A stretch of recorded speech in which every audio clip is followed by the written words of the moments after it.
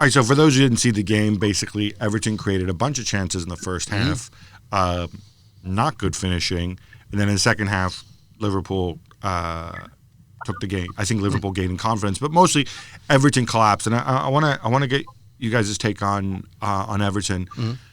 Carlo Ancelotti came out afterwards and says, "Well, I told them we needed to keep playing with intensity. They didn't. I saw reports that Everton were actually booed off the pitch by their own supporters. Can you confirm that, Augie? And why were they so bad?" I didn't hear them being booed off the pitch. I mean, the Everton fans were kind of stuck into absolute silence by the end of it. But why were they so bad? The people on Merseyside will tell you that Everton now have a real inferiority complex. Again with this inferiority complex thing. Come on, man. It showed. It showed. You could feel this kind of tension emanating from the away end. And, you know, they started well enough, had some chances. They all went straight to Adrian. But, you know, Everton simply don't have many good players. Sigurdsson, Walcott, the problem Richarlison. When Everton started the game, I thought they used the right tactics. They went from back to front quite quickly. They got the ball into Calvert-Lewin. They played beyond Liverpool's midfield, who were trying to press the ball. They had Richarlison up there. Walcott was having one of his best games I've seen him have for a little while, playing just in behind Calvert-Lewin and made 2 or 3 runs that created crosses. Sigurdsson was picking out one or two. First half Walcott you're talking about. Second half Walcott. First half Walcott. Okay, second half absolutely hopeless, which sums up his career. Good 1 minute, hopeless the next. But then in the second half, they try to play out from the back, and Everton cannot play out the back with Mina, Holgate, and Coleman as the back three, with Digne playing almost as the advanced left back. Mina isn't good on the ball. Holgate's not good on the ball. And when they tried to play into Schneiderlin, it just didn't work. And he's not good on the ball either. Yeah, and Liverpool pressed them and kept on winning the ball back, and Everton couldn't get out. So I'm not sure why they changed their tactics at half time, whether that was Ancelotti or the players deciding to do it. Yeah, I think Ancelotti's got huge problems there, and I'm not sure this Ancelotti Everton thing will work out. I really don't. So the Everton fans have been, jumping through hoops about the fact they've got Ancelotti, and for them it shows they're a big, powerful club. I just think it shows that Ancelotti's taken a job that he probably wasn't sure about, but he's been paid a lot of money to do it. And you look at that squad thinking, what on earth have I walked into here? Because I don't know what he can do with that squad. I mean, people, Dominic Calvert-Lewin, he's had a good couple of weeks, but all of a sudden he's been talked about like he's Marco van Basten, and he's Dominic Calvert-Lewin, and he always will be. Theo Walcott, you're right. I mean, Theo Walcott for me, he's been playing for 14, 15 years now. We're still waiting for him to realise. Hasn't learned anything about the game, whether he's had a lack of tuition or he's just not clever enough to understand what runs to make. He had a good 20 minutes, 25 minutes when he made the right runs, and from that moment on, he made all the wrong runs. So that sums up his career. Absolutely. As the official. You look at Sigurd. Sorry, Gav. You look at go ahead. Feel free to go and dump all over Sigurdsson and make fun of him just because he's from Iceland. Go ahead. No, Sigurdsson and Schneiderlin, they paid almost, 60, 70 million pounds for those two, and neither looked like they had any kind of sense of commitment, any desire, any quality, and they just looked like the passengers moving through it. So that's what Everton are about. Everton have got a lot of players who have been vastly overpaid, and don't deliver anything. And the recruitment policy at Everton's been abject in the last 4 or 5 years.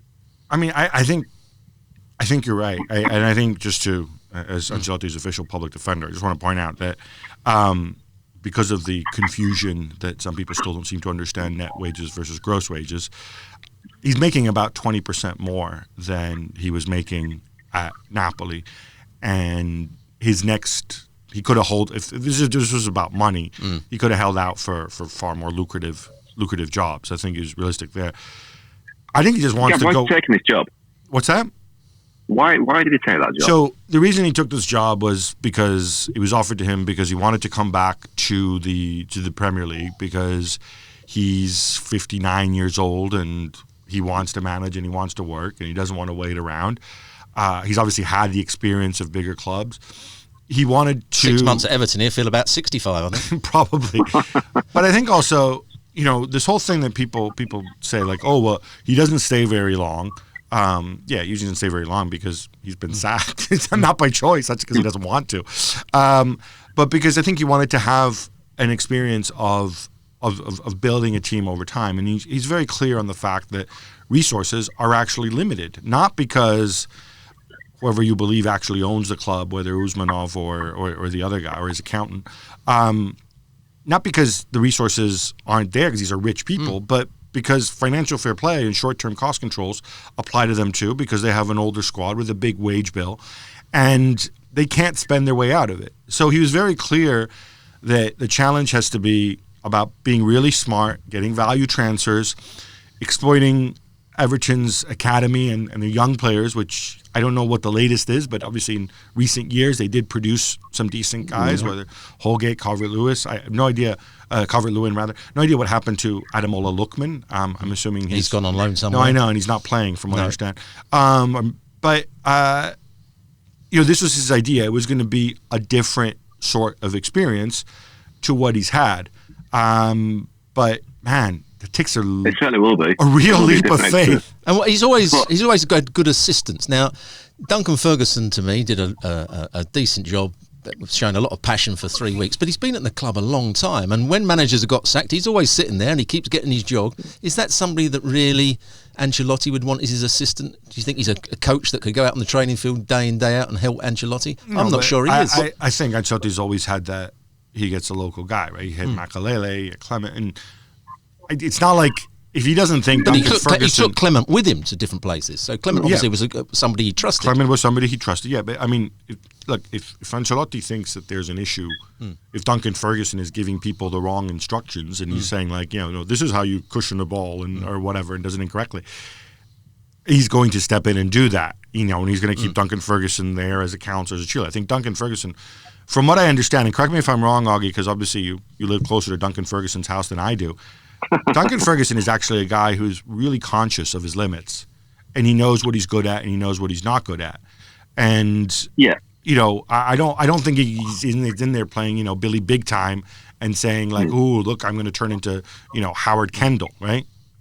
Yeah, he's underestimated Ferguson in the sense that when he retired, he was he had no kind of desire to be in the game, but he actually knuckled down and got his badges and has worked his way through the coaching ladder, the academy, the kids, reserves, etc. So he's done it properly. But you're right. I mean, he's a career number two or a background figure. But the problem is he's got such a profile at Everton that he is almost he's always this stalking horse for every manager that Big Dunk will always bail us out. But I just want to make one point about Ancelotti and this job he's taken on.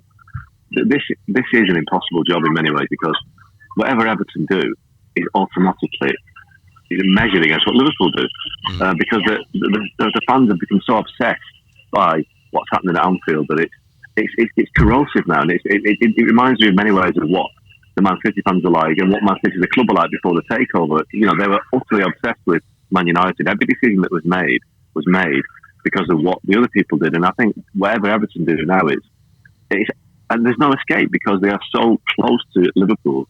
But they're being measured against the best team in the world right now. They've got everything right off the pitch. They've got the great manager. It's an impossible. I think Ancelotti, as much as I respect and admire what he's done, is a great guy, a great coach.